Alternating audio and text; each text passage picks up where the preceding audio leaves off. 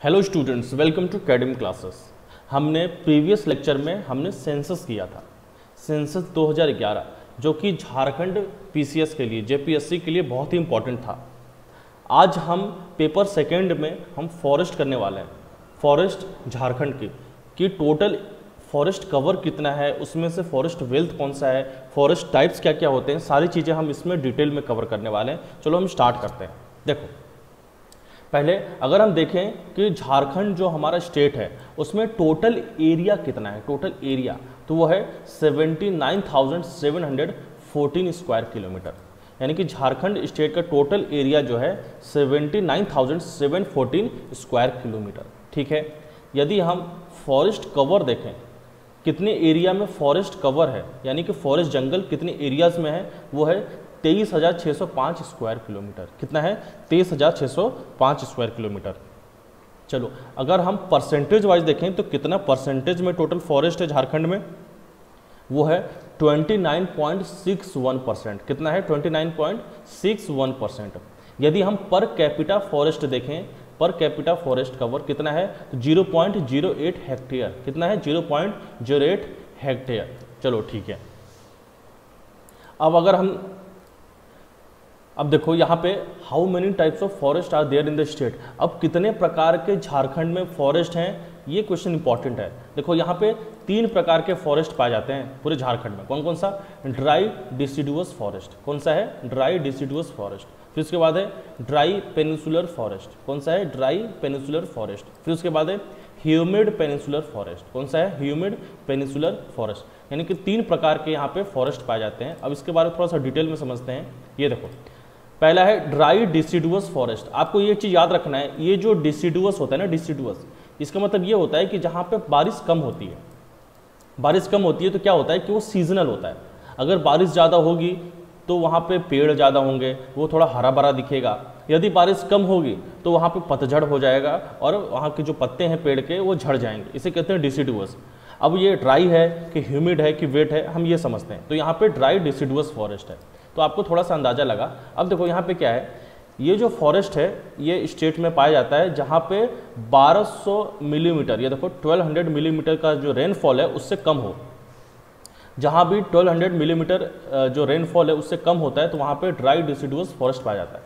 Example, ऐसे कौन से ड्राई डिसिडुअस फॉरेस्ट हैं? तो देखो, ये है साल, ये है महुआ, बोम्बैक्स, इंडियन रोजवुड जिसको देखो शीशम भी कहते हैं, सैकरेड जिसको हम पलास भी कहते हैं, गोल्डन सावर, बम्बू, ये सारे पेड़ हैं। कौन कौन से? साल, महुआ, बोम्बैक्स, इंडियन रोजवुड, सैकरेड, गोल्डन सावर और बम्बू, ये सारे पेड़ पाए जाते हैं।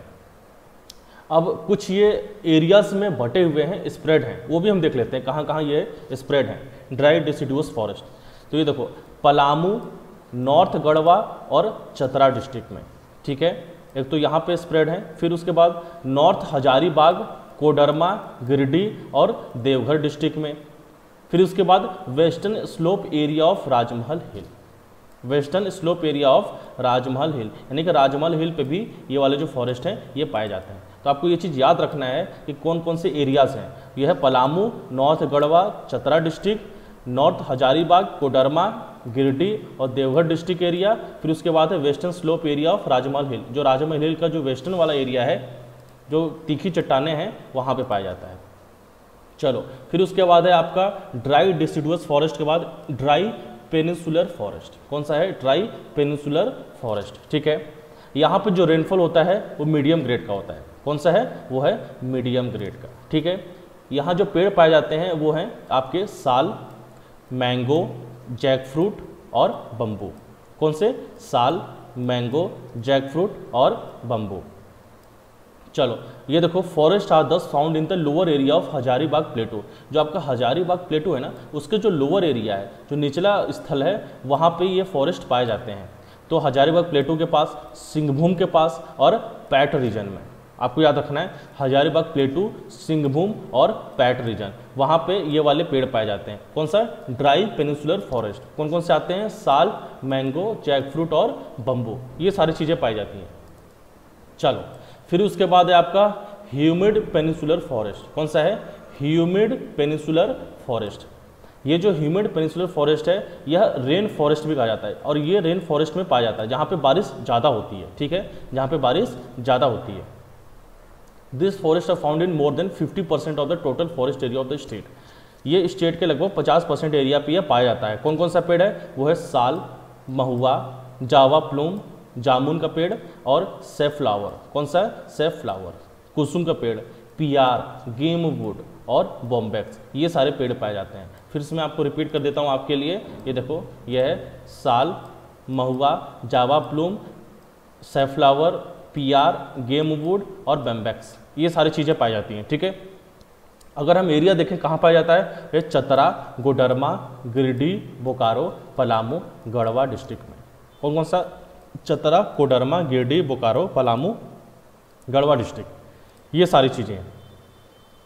चलो, अब यदि हम अगर फॉरेस्ट का प्रोटेक्शन की बात करें, प्रोटेक्शन के आधार पे, उसके संरक्षण के आधार पे, तो 3 प्रकार के फॉरेस्ट हैं, ठीक है। According to the protection of forest 3 तरीके के यहाँ पे फॉरेस्ट हैं। कौन कौन से हैं तो वो भी हम देख लेते हैं। तो ये देखिए, रिजर्व फॉरेस्ट, ठीक है। फिर उसके बाद है प्रोटेक्टेड फॉरेस्ट, फिर उसके बाद है अनक्लास्ड फॉरेस्ट। यानी कि यहाँ पे अगर हम प्रोटेक्शन के आधार पे यहाँ पे हम 3 कैटेगरी में फॉरेस्ट को हम डिवाइड कर सकते हैं। कौन कौन सा? एक है रिजर्व फॉरेस्ट, एक है प्रोटेक्टेड फॉरेस्ट और एक है अनक्लास्ड फॉरेस्ट। अब इसके बारे में थोड़ा सा हम डिटेल में समझते हैं कि कौन से कैसे फॉरेस्ट होते हैं, ठीक है। चलो, अब देखो, पहला है हमारा रिजर्व फॉरेस्ट। मैं आपको बता दूं कि ये जो प्रोटेक्शन ऑफ फॉरेस्ट है, ये जो जंगलों का जो संरक्षण की बात चल रही है, इसमें डिग्री ऑफ प्रोटेक्शन है। सबसे ज़्यादा प्रोटेक्शन आपको अगर देखोगे ना, तो मैं आपको बता दूं, सबसे ज़्यादा प्रोटेक्शन दिया गया है रिजर्व फॉरेस्ट को। इसका प्रोटेक्शन सबसे हाईएस्ट लेवल का है। फिर उसके बाद है प्रोटेक्टेड फॉरेस्ट है, फिर उसके बाद अनक्लास्ड फॉरेस्ट है। यानी इस पर कोई रिस्ट्रिक्शन ही नहीं है। रिस्ट्रिक्शन किस प्रकार का होगा? तो देखो, रिस्ट्रिक्शन इस प्रकार का होगा कि मान लो इस एरिया में अगर जंगल है ना, तो उस जंगल के जो पेड़ है उसको आप काट नहीं सकते हो। यहाँ पे अगर घास है तो यहाँ पे जानवर नहीं ले जा सकते हो ग्रेजिंग के लिए, चारे के लिए। तो इस तरीके के जो होते हैं ना प्रोटेक्शन, इसे कहते हैं रिजर्व फॉरेस्ट। इससे कम अगर रिस्ट्रिक्शन है कि यहाँ पे पेड़ आप काट सकते हैं, यहाँ से लकड़ी ले जा सकते हैं, यहाँ से आप चारे के लिए जा सकते हैं, तो होता है प्रोटेक्टेड फॉरेस्ट। जहाँ कोई रिस्ट्रिक्शन ना हो उसे कहते हैं अनक्लास्ड फॉरेस्ट। तो ये चीज़ आपको समझना है।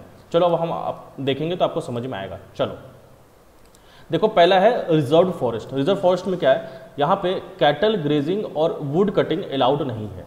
यानी कि जो जानवर के लिए हम जो चारे के लिए छोड़ देते हैं ना, वो चीज़ अलाउड नहीं है, और यहाँ पे लकड़ी आप नहीं काट सकते हैं। इसे कहते हैं रिजर्व फॉरेस्ट, ठीक है। ये गवर्नमेंट के प्रोटेक्शन में रखा गया है, गवर्नमेंट के संरक्षण में रखा गया है। अगर टोटल एरिया की बात करें ना, तो 4387 स्क्वायर किलोमीटर में ये फैला है।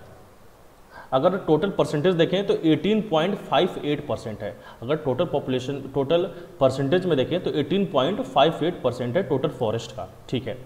और टोटल एरिया सबसे ज़्यादा कहाँ पे ये देखा जाएगा रिजर्व फॉरेस्ट? वो होता है आपका वेस्ट सिंहभूम एरिया में। कहाँ पे? वेस्ट सिंहभूम का जो एरिया है वहाँ पे आपको रिजर्व फॉरेस्ट दिख जाएंगे। लार्जेस्ट फॉरेस्ट एरिया, अब लार्जेस्ट फॉरेस्ट एरिया कहाँ पे है? देखो, वो है कोल्हन। कौन सा है? कोल्हन और पोरहत फॉरेस्ट एरिया। कौन सा है? ये इंपॉर्टेंट है, क्वेश्चन देखो आ सकता है।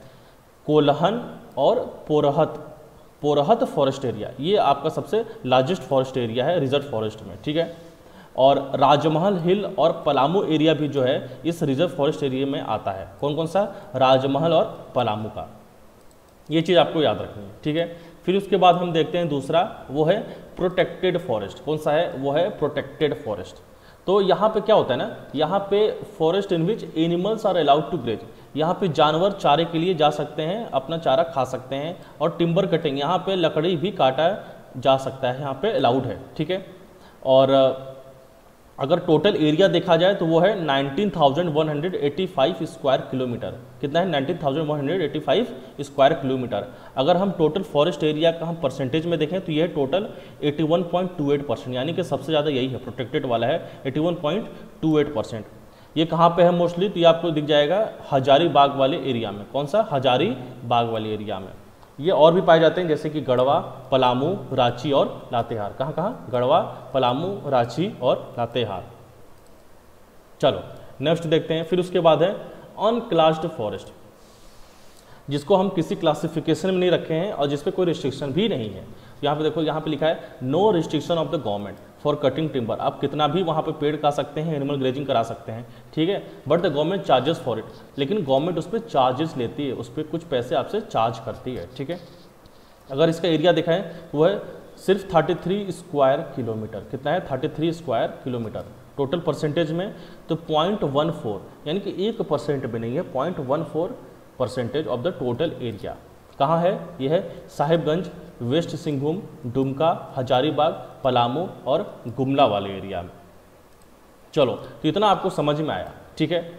अब यदि हम फॉरेस्ट वेल्थ की बात करें तो देखो कुछ जंगल्स में ना कुछ पेड़ बहुत ही महत्वपूर्ण होते हैं, वो काम आते हैं, वो जैसे कि पेड़ों में से रेसिन निकलते हैं तो रबर बनाने के काम आते हैं, पेड़ों में से लकड़ी निकालते हैं हम तो उससे फर्नीचर बनाने के काम आते हैं। तो उस कैटेगरी में अगर हम देखें तो फॉरेस्ट वेल्थ की कैटेगरी में देखें तो इसको हम दो पार्ट में डिवाइड कर सकते हैं। कौन कौन सा? एक है प्राइमरी इल्ड और दूसरा है सेकेंडरी इल्ड। यानी कि जो हमें पेड़ से डायरेक्ट मिल जाता है उसे हम कहते हैं प्राइमरी इल्ड, जो पेड़ ही अपने में एक वेल्थ है उसे कहते हैं प्राइमरी इल्ड, और पेड़ के अंदर से अगर हमें कुछ मिलता है उसे हम कहते हैं सेकेंडरी इल्ड, ठीक है। चलो अब हम अगर प्राइमरी इल्ड देखें तो उसमें कौन कौन सा अगर आप पेड़ देखेंगे इंपॉर्टेंट है तो पहला है साल। कौन सा है इंपॉर्टेंट है?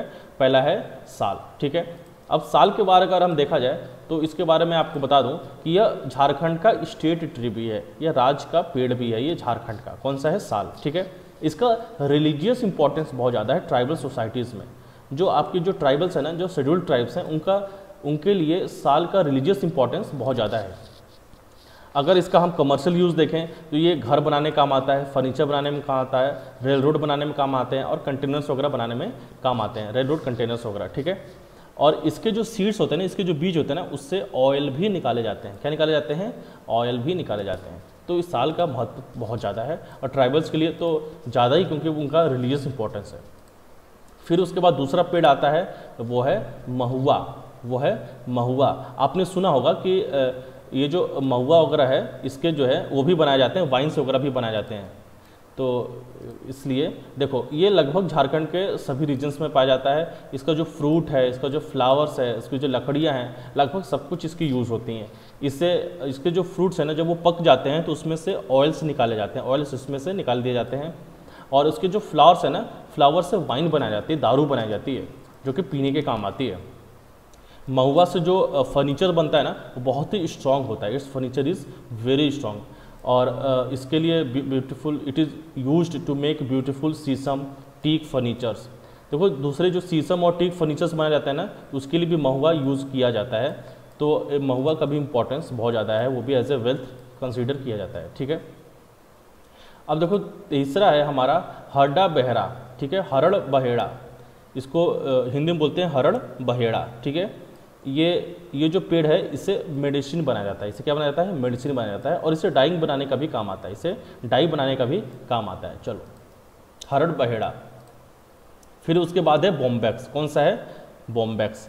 इसके बारे में बताऊँ मैं तो ये जो लकड़ी होती है इसकी बहुत ही लाइट होती है, बहुत ही सॉफ्ट होती है और बिल्कुल वाइट होती है, प्योर होती है, ठीक है। और इससे जो इतनी लाइट है, इसीलिए इतनी हल्की है, इसीलिए इससे टॉयज़ बनाए जाते हैं, खिलौने बनाए जाते हैं बॉम्बैक्स के लकड़ी से। चलो अब हम देखते हैं सेकेंडरी इल्ड। अब जो डायरेक्ट हमें पेड़ से मिल रहा है तो वो हो गया प्राइमरी इल्ड। अब पेड़ के थ्रू हमें अगर कुछ मिलता है तो वो होता है सेकेंडरी इल्ड। तो हमें पेड़ के थ्रू और क्या मिलता है? तो सबसे पहले हमें लैक मिलता है, ठीक है। और Jharkhand account for 50% of the total production of lac in India.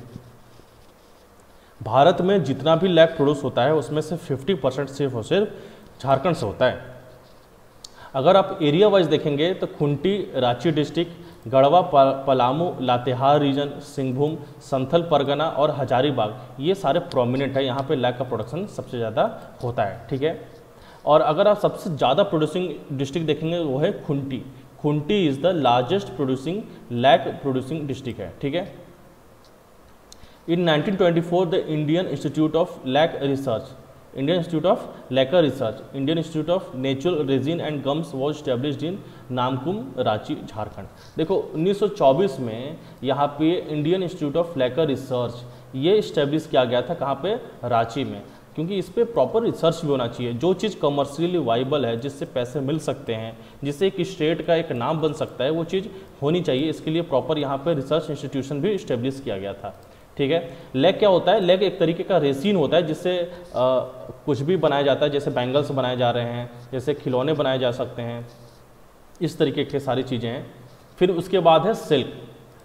Silk भी हमें मिलता है कौन से पेड़ से? तो वो देखो मलीबरी पेड़ से हमें मिलता है, क्योंकि मलीबरी पेड़ पे वो जो उसके जो कीड़े होते हैं ना, जिसको हम बोलते हैं वॉर्म बोलते हैं, सिल्क वॉर्म बोलते हैं, तो उससे सिल्क निकलता है। और सिल्क निकाल के हम सिल्क का हम कुछ भी बना सकते हैं, उससे वेलवेट बना सकते हैं, उससे हम बेडशीट बना सकते हैं, कुछ भी बना सकते हैं।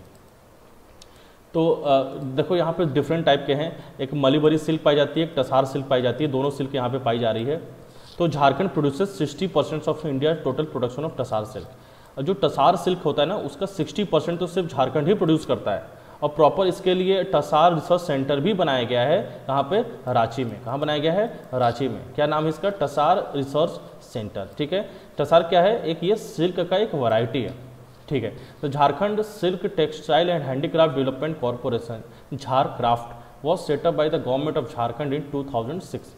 आपको मैंने बताया था ना उसमें कि झारक्राफ्ट भी स्टेब्लिश किया गया था 2006 में। कब किया गया था? 2006 में। तो सिल्क बेस्ड प्रोडक्ट के डेवलपमेंट के लिए, सिल्क बेस्ड प्रोडक्ट के डेवलपमेंट के लिए। चलो नेक्स्ट है, उसके बाद हमारा हनी है। क्या है? हनी, शहद। अब ये जो शहद है, under the Palamu Vyas project, honey is being collected from the natural bee hives in tribal areas of. कहाँ से कलेक्ट किया जाता है हनी, शहद? देखो हिनार, मरोमर, बरेसंध, कोटम, यहाँ से कलेक्ट किए जाते हैं। ठीक है। Of garu block of Latehar district. अब देखो इसका शॉर्ट में इसको ये भी कहते हैं हेनर हनी। क्या कहते हैं इसे?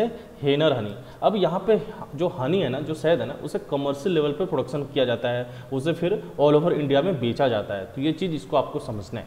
ठीक है। चलो, और उसके बाद फिर चकुलिया केसिव नट। चकुलिया केसिव नट जिसको हम बोलते हैं काजू, तो काजू भी यहाँ से हमें मिलता है।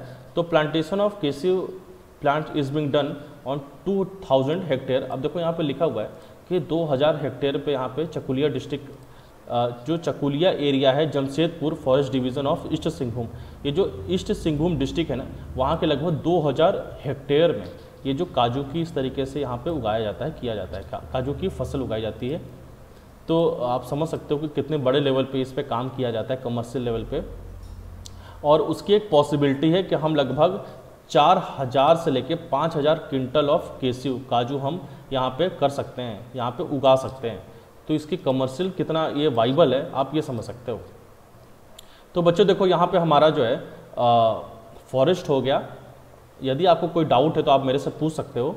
इसके अलावा यदि मैं आपको बताऊँ, अब उसके बाद जो है हम अपना जो वाइल्ड लाइफ सेंचुरी है वो करेंगे, फिर उसके बाद हम मिनरल्स करेंगे। तो इससे हमारा एक होलिस्टिक जो है ना, जो इम्पोर्टेंट चीज़ें हैं झारखंड के, वो सारी चीज़ें कंप्लीट हो जाएंगी।